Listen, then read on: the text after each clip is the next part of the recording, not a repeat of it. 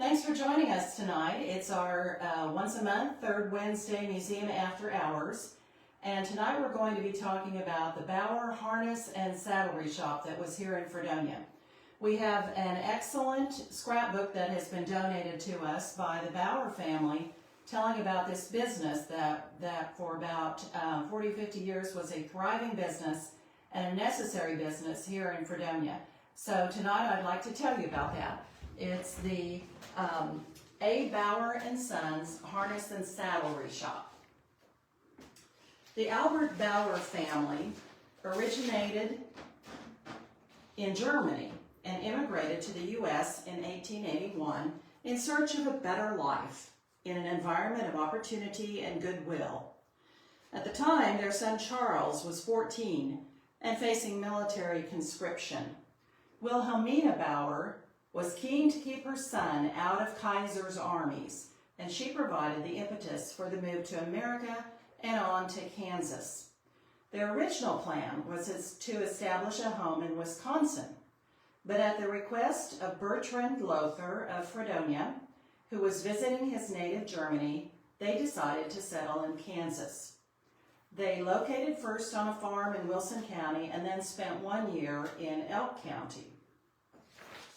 Albert Bauer had learned the harness and saddlery business in the old country, and it wasn't long before he was anxious to leave the farm and establish a similar institution in Fredonia. The first location in 1891 was at the rear of the Citizen State Bank.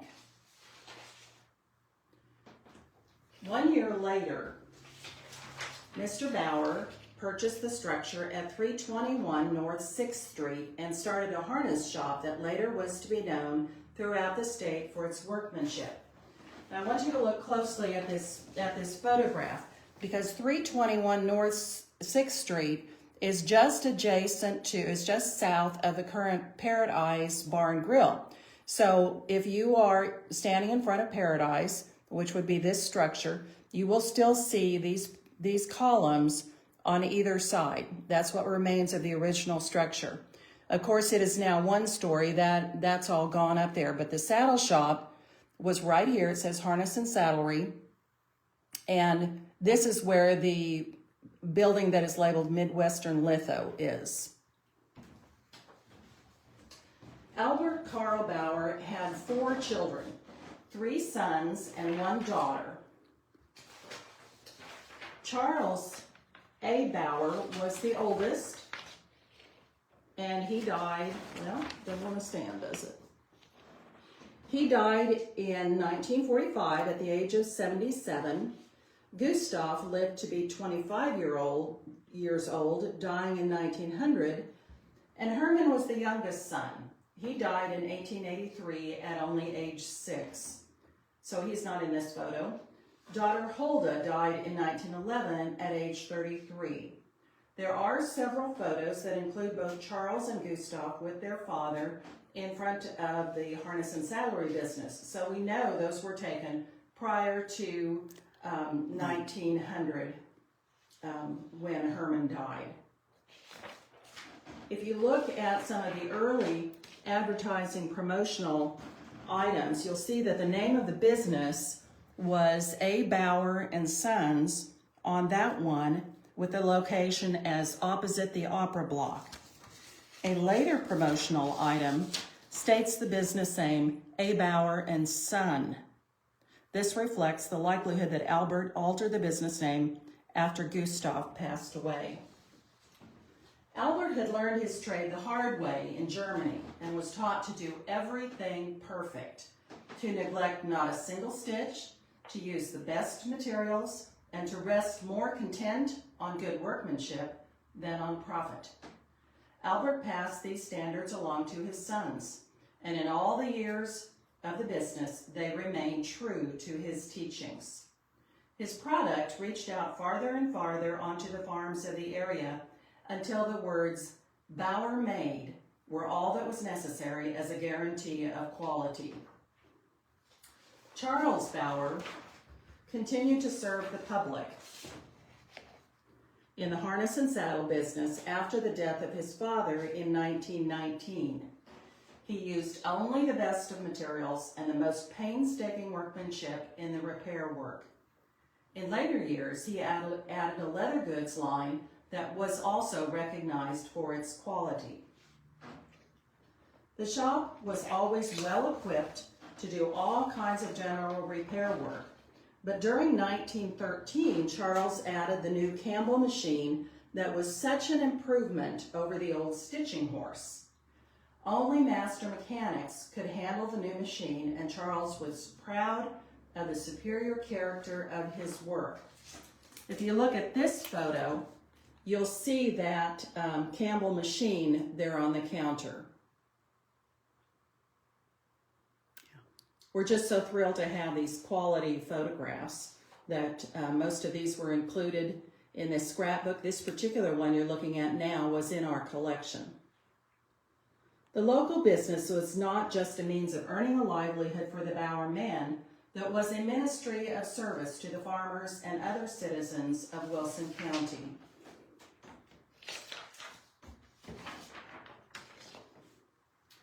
The expansive harness and saddlery workshop contained all the latest machinery, rolls of tanned hides, tools, and hardware.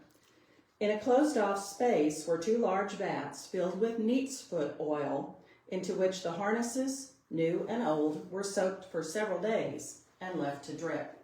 This process ensured long wear and the comfort of the horse. Horses were driven into the alley to the rear of the building and tethered to hitching posts. Later on, Model T Fords were driven down the alley and into the rear of the shop for repairs to side curtains and upholstery. Binder canvases were brought in for repairs during wheat harvest time.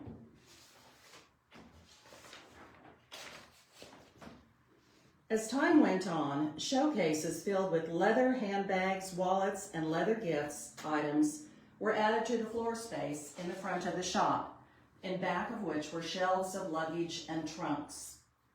During the war years, the harness business picked up again due to the greater use of horsepower on the farm. Gas rationing and rubber shortage caused it. Employees of the harness and leather goods store included Alex Crichton, followed by Hugh T. Holland. After serving as the store manager since 1938, Mr. Holland purchased the business in 1944 and continued to uphold a reputation of quality leather work. As with almost all businesses, the advancement of technologies and the changing needs of the market brought about opportunities for growth for some and decline and eventual closure for others. Eventually, tractors took over the farm work, and there was little or no need for the leather repair work. The remaining tools and equipment were sold to a Coffeyville buyer. Fredonians had the highest regard and respect for the Bauer family and for the part they took in community affairs. They were a musical family and also a God-fearing one, being active in the religious life of the community.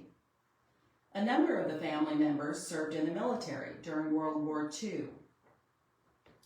Albert Carl Bauer and his wife Wilhelmina were active members of the Christian church. He was an elder and led the singing in the men's class. Son Gustav, in his short life of 25 years, was a cornet player and directed the municipal band, known first as the Fredonia Kid Band and later as Twin Mound Band. He was influential in establishing an active opera program in Fredonia.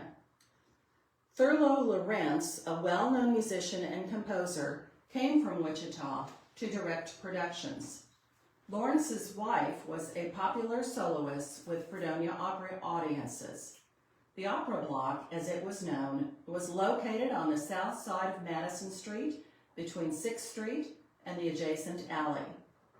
Daughter Hulda Bauer was a splendid seamstress who made many of the fashionable clothes worn by the ladies in Fredonia. Charles A. Bauer Sr. married Alma Mae Painter in 1906 and together they had 5 children. Note that Charles A. Bauer Sr. named 2 of his children after his siblings and 1 after his mother. So that makes little genealogy research a little bit more challenging, but I think we've sussed it out. Wilhelmina was employed in the State Bank of Fredonia prior to her marriage. Charles A. Bauer Jr. was a Wilson County attorney and officer in the Coast Guard during World War II. Huldah, a nurse, graduated from Mercy Hospital in Independence. During the war, she served as a lieutenant nurse in the Army. Bertha was employed by Bennett Variety Store in Fredonia. Herman was employed in the printing industry at Kansas Banknote. During the war, he piloted a B-12 bomber over Italy. So again, we see that Charles named one of his children Herman after his brother Herman, who had died at age 6.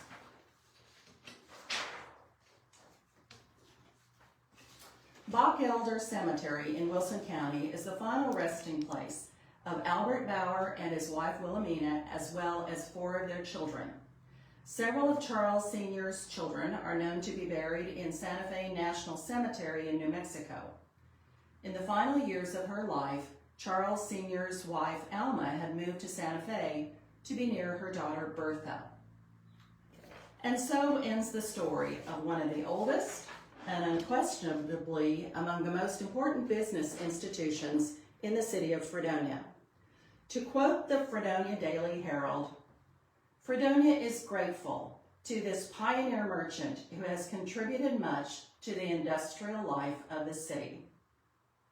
And there ends the tale of the Bauer Harness and Saddlery Shop. Thanks for joining us. See you next month.